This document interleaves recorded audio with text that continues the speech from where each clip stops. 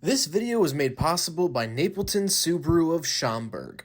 Visit their website in the description for more information.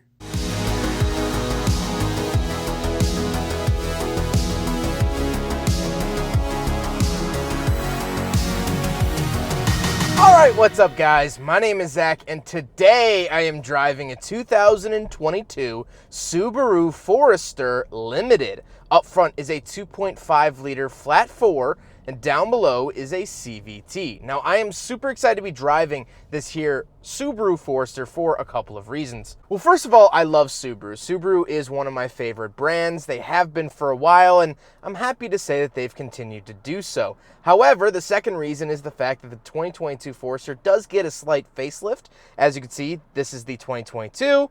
This is what the 2021 looked like. You can see some minor differences there. And so I'm excited to share that with you guys today. But before we get on to anything else, I have a website, zackpradel.com, where you can buy stickers and other merchandise when it becomes available. You could also submit your own vehicle to be reviewed by me through a quick and easy submission form, and you get a video of your car just like this one. And you could read my behind the scenes blog to see what I'm filming before it comes out on the channel. But let's get back to that 2.5 liter under the hood. Well, it is a boxer engine, meaning it's a horizontally opposed 4-cylinder, and Subaru has done this all the way back since the late 70s with the Subaru DL that I filmed a couple years ago. That had a flat 4 as well. So Subaru has always had these sort of quirky, interesting engines. It helps keep the center of gravity lower, and I quite enjoy it. It makes about 182 horsepower, which I think in today's age, without a turbo, is pretty respectable. Like I said, paired to it is a CVT. That means continuously variable transmission. And again, this is something that Subaru has done for many, many years. They debuted it in the late 2000s with the Forester using CVT technology, and since then, every automatic you can find from Subaru is a CVT. Nissan does the same thing, Toyota does it in some of their vehicles, and so it seems to be the way of the future. Last but not least, the Forester is all-wheel drive. It gets Subaru's symmetrical all-wheel drive system, which I think is by far one of the best in the game.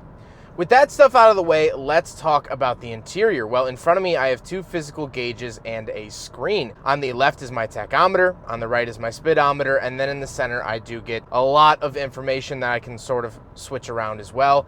I love the fact that this screen does have multiple colors. To me, that really shows the quality of the screen, is how many different colors do I get. As well as I do have tons of really good information here from Subaru. I'm very happy to see how much they've given us. On the steering wheel, on the left, I have my skip track, volume, source, info, phone options, and information down to the bottom left. That'll change that screen in the gauge cluster. Then off to the right, I have my cruise control and eyesight options. So this has eyesight 3.0 from Subaru. It's their safety system, and I think it works pretty well. And then I do have two different drive modes. So I have SI drive and regular. This will just change the throttle response, give you a little bit more pep in your step.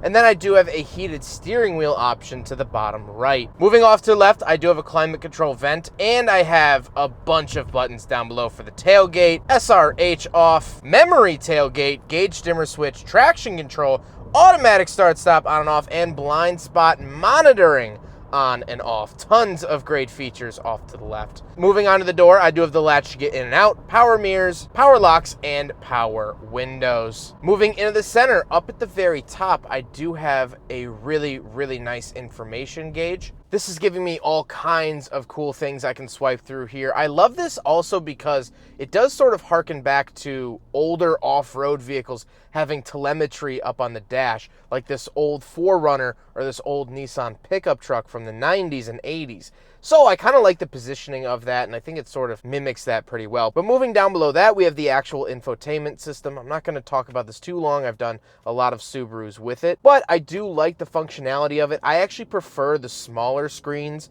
that Subaru is doing compared to their bigger screens. But I do have Apple CarPlay and Android Auto, and here's what the backup camera looks like. I think it functions well. I don't get any like crazy apps or anything like that, but that's okay. Below that, I do have some physical buttons for volume, tune, and scroll, as well as radio, map, apps, and media. And then we have the climate controls down below. All of that, I do get dual zone as well as automatic climate control. All things I love to see in modern cars. Then I do get a little cubby with a 12-volt outlet, aux in, and USB. Then we have the shifter, pretty run-of-the-mill stuff here. You'll see this in almost every Subaru product. I think it looks nice, functions well, and That's all I can ask for. Then we do have more drive modes down below. So I can put it into snow and dirt or mud, push for normal. These are my X modes. These are for off-road. And I really, really like that customization that I get. Off to the left, I have my power parking brake and brake hold. And off to the right, I have my heated seat options. Then I do get cup holders. So we will do a big friggin' bottle test here in the 2022 Forester.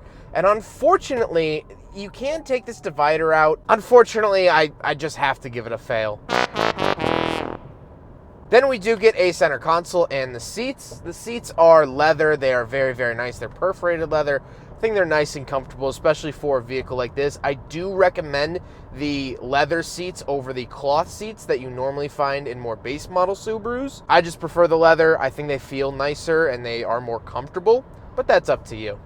Speaking of seats, however, we do have back seats, so let's go do a back seat review. All right, so we're in the back of the 2022 Subaru Forester Limited, and a couple of things to note back here. First of all, I do get two 2.1 amp USB chargers. I also get two vents. I don't get the rear heated seats. It's one of the very few options that this vehicle actually is missing, would be rear heated seats, but you can option that if you'd want for a little bit extra money. I do get rear windows. These windows are actually very, very big. However, they don't go all the way down, but pretty typical. Headroom great, knee room great. I really, truly, honestly believe that this is the perfect size of SUV because it's bigger than, like, say, the Impreza or other vehicles like that, but they're not trying to squeeze a third row in. So the third row doesn't affect the second row because there isn't one. So I get plenty of knee room, headroom.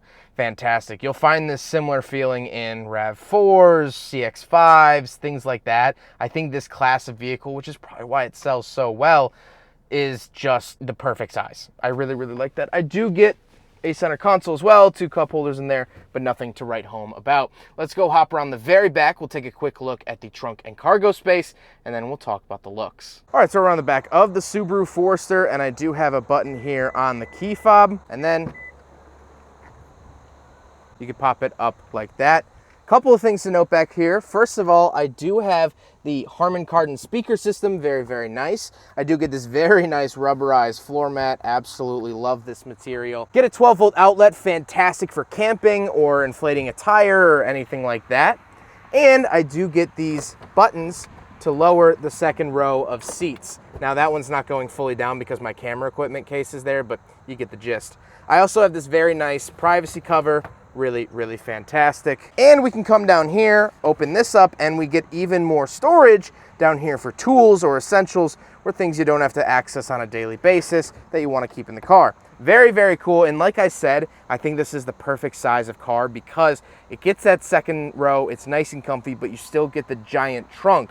Whereas when you go up to the Ascent, you start to sacrifice a little bit of trunk space for the third row. You start to sacrifice a little bit of the second row space for the third row. So this doesn't have any of that to burden it. It just works fantastically, and I love that about the Forester. Now we got to talk about the looks, and like I said, they did change the front fascia for the 2022 model year. I think overall the Forester is still handsome.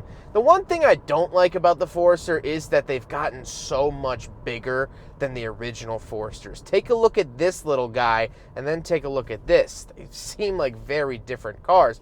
However, I fully understand that that's just how modern cars are.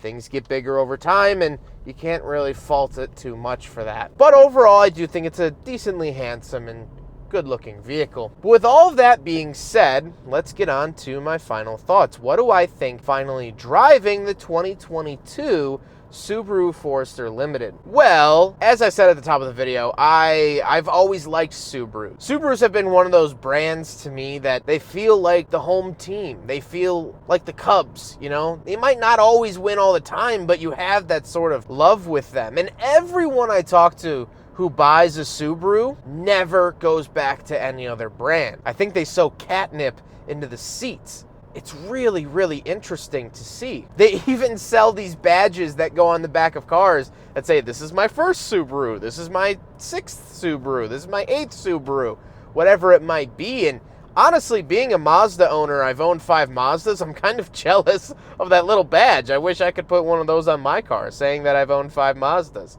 But that's a Subaru thing, and I'm quite jealous. Now, being a car reviewer, I've had the privilege of driving a lot of cars. And there's certain things that I love about all of them. I like my Mazdas because I like the way that they drive. I like BMWs because of the way that they make me feel. But I like Subarus because of what they're able to do. Over the last year and a half, I've spent a lot of time in national parks. It's become a new pastime of mine. And of course, being a car guy, I always look at what the parking lots are filled with. And time again, those parking lots are filled with Subarus. Why is that? You would think national parks would be filled with lifted 4Runners and trucks and the macho of the macho, the gritty. Well, Subarus can do all that stuff. They're built to handle an off-road trail. Like I said, they have fantastic all-wheel drive systems. And yet they're also comfortable on the road. That's the thing that everyone forgets.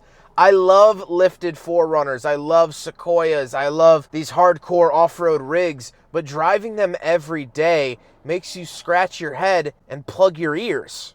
Well, listen to this. You hear it? It's quiet. Besides that squeaky wheel bearing on that trailer and that truck stopping. But driving, it's calm, it's collected, it's civil, and yet it still has the pedigree, the means to go off-road, to be adventurous. I have modes for mud and dirt and slop, and I know it can do it. I like knowing that my car will get me there. I like knowing that my car is capable. And when I get into a Subaru, I'm confident that it will. Well, I hope you guys enjoyed the video. Huge thank you to Napleton Subaru in Schaumburg. They are absolutely awesome for letting me take out my Subaru Forester.